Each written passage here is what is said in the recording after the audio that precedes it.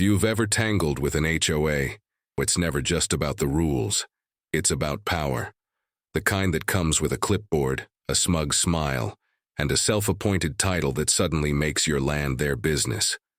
My name's Dale. I live out in a quiet rural stretch where the power poles are more common than people, and for good reason. Folks out here mind their business, and we prefer it that way. But that all changed the day Karen moved in. Not a regular neighborly type either. No, this was the kind of woman who thought a title in an HOA handbook made her queen of the valley. And trust me, she ruled with a gavel in one hand and a measuring tape in the other. It started small. Passive-aggressive notes about grass height, complaints about the color of my barn roof, stuff I ignored. But the moment she decided to install an electrical transformer on my land, without permission, no warning, that's when things got real. What Karen didn't know, I wasn't just another landowner out here. I own the local power company. Every substation, every meter out here, it runs through me. And she had no idea who she was messing with. Oh, and before we get too deep into this story, let us know in the comments where you're watching from. I have a feeling a few of y'all have run into your own HOA Karen at some point. It was a Tuesday morning, cool and still. The kind of morning that made you want to sit on the porch and drink your coffee slow. I had just finished checking the feeder cables near the back end of my property when I saw it, an unmarked work truck idling by my fence. Two guys in hard hats unloading equipment. One of them was hauling what looked like a small transformer, the kind you'd install on a pole if you were trying to hook up a new circuit. But the thing was, there were no new service requests out here. I would have known. I approve every one personally, so I walked over, calm but direct. "Hey there," I said, nodding toward the box. "Mind telling me what that is and why it's sitting on my land?" One of the workers looked up, clearly startled. "Oh, install order came from the HOA," he mumbled, flipping through a clipboard. "Lady named Karen Monroe. Said it was for the community's new backup grid." My jaw clenched. Backup grid? Out here? We're off the main grid for a reason. I run this area off a controlled microgrid. Intentionally small, intentionally stable. I asked him where exactly they were planning to install it. He pointed, right at the south edge of my pasture, where the wildflowers grow thick and the soil's soft.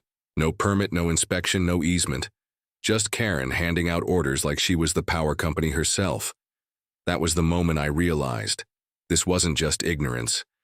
This was entitlement on fire. And it was about to get cut off. Literally, I didn't wait.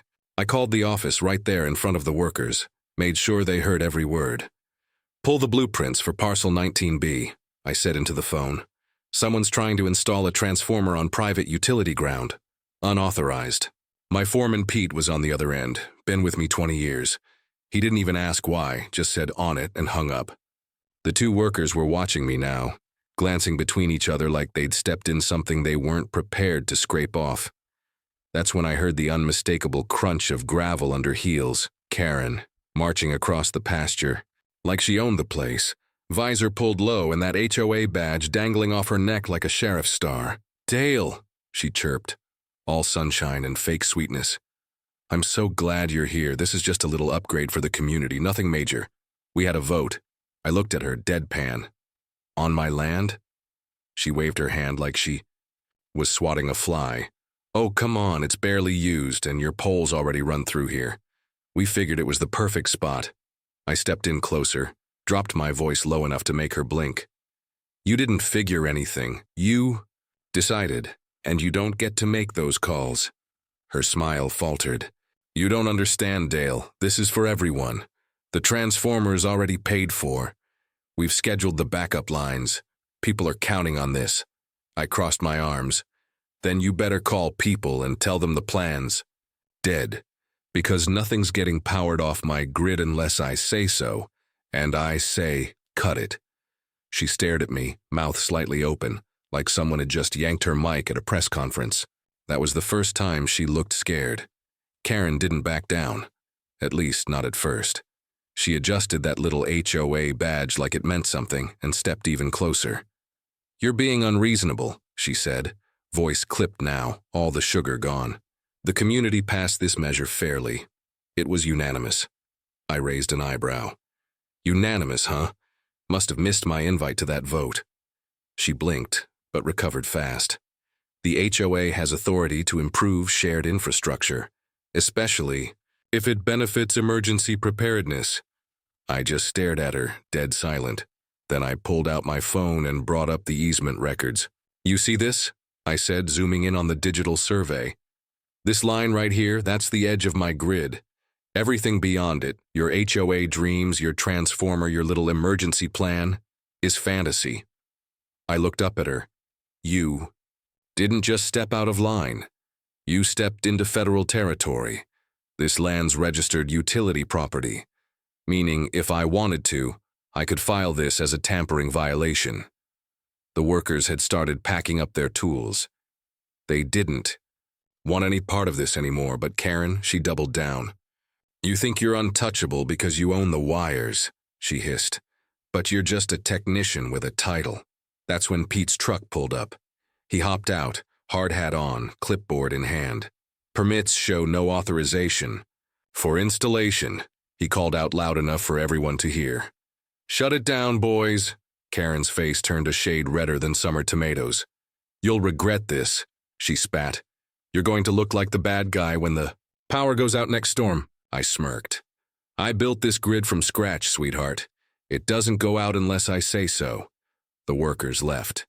Karen stomped back to her SUV, tires kicking up dust behind her. That transformer never even made it out of the box, I figured. That was the end of it. Karen had been embarrassed, publicly corrected, and technically warned.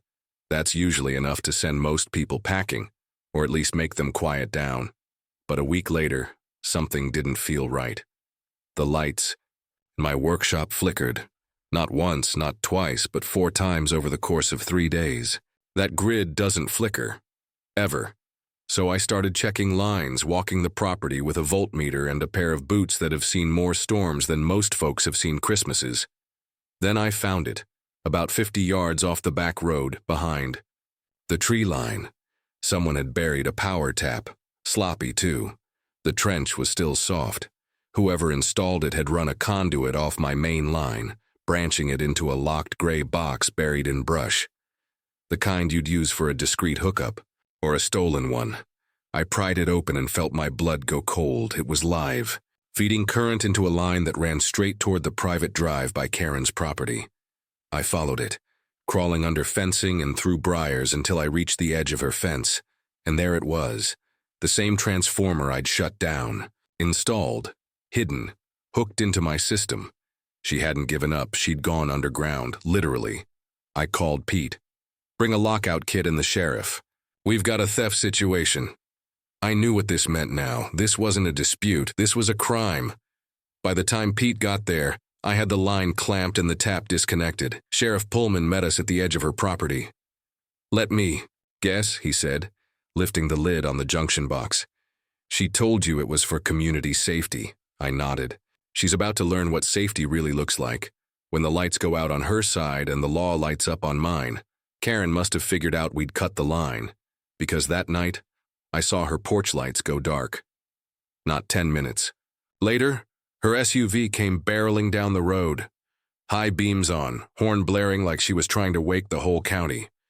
She skidded into my driveway like she owned it, and stormed up to the porch, banging on the door like she was the law.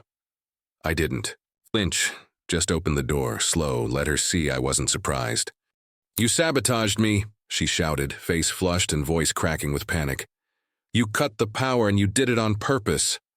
I tilted my head. I cut an illegal connection feeding off my grid. The only thing I sabotaged was your plan. To steal electricity. She tried to push past me, but I held firm. Don't step foot in this house, Karen, not tonight. She backed off just a little, but her tone changed. Quieter now, but colder. You don't understand what you've done. I had a contract with the HOA. We've already promised backup power to the new development across the creek. We're installing smart homes out there. Solar-assisted, battery-linked, and they were supposed to be tied into that transformer. I blinked. You were going to run commercial service off my rural grid? I stepped off the porch, Close the space? Between us, that's not just theft, Karen, that's grid manipulation. That's felony-level interference. For a second, I saw it in her eyes, fear. Real fear. The kind that sets in when you realize you're not just losing a power play. You're staring down charges with teeth. I suggest you get a lawyer, I said flatly. Because you're going to need one. She didn't say another word. Just turned, got in her car, and drove off into the dark. By the next morning, it wasn't just about Karen anymore. I was on the phone with the State Energy Commission before sunrise, walking them through everything. GPS coordinates, voltage readings, photos of the illegal tap, even screenshots from my grid monitor showing the unaccounted draw. The rep on the other end didn't say much at first. Just kept muttering things like unbelievable and clear violation. Said he'd have a compliance officer out within 48 hours. I wasn't waiting that long. Pete and I spent the afternoon auditing every inch of line within a half-mile radius. What we found made my stomach turn. Karen hadn't just tapped into the grid. She'd buried conduit all the way to the edge of the HOA's model home lots. She was trying to run unauthorized service to homes that hadn't even broken ground yet. And worse, someone else had helped her. This wasn't a solo act, this was a side deal. That's when I got real smart. I called a buddy, Marcus, works private contract for a regional utility oversight board. Quiet guy, knows every inch of code like it's tattooed on his arm. I didn't ask him to come as a favor. I offered to hire him. Audit the HOA, I said.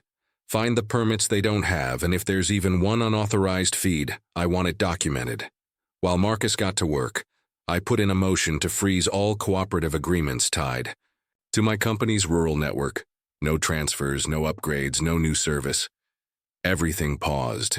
Karen might have had a plan, but I had the power, literally. By sundown, Marcus sent me a single text. Found 5 violations. Joey's cooked. I didn't smile. I just turned off the section of the grid feeding Karen's house and waited for the real blackout to begin. The next morning, the calls started rolling in. First from the HOA board, then from a couple developers with voices way too polished to be local. All of them trying to play dumb. We're not sure what the issue is, Dale. There seems to be a service disruption in Phase 2. I told them the same thing every time. Service was never approved. You're drawing from a line that doesn't legally exist. It's over. Then I hung up. One by one, but the final call came straight from Karen. Not a voicemail, not a text. She called me, direct. Her voice was calm, eerily so. You've made your point, she said, but you don't understand the damage you're causing. These developers, they've already sunk money into this project. Big money. If you don't reverse this now, you'll have a lawsuit on your hands. And not just from me. I sat back in my chair, watching the blinking status lights on the grid monitor. Every one of them green. Except hers, Karen, I said slowly. You trespassed. You stole current. You installed equipment on land you don't own, and worse, you tied it into commercial property without permits. You've committed at least 3 different felonies, not counting the fact that your transformer box wasn't even grounded. You're lucky I haven't pressed criminal charges yet.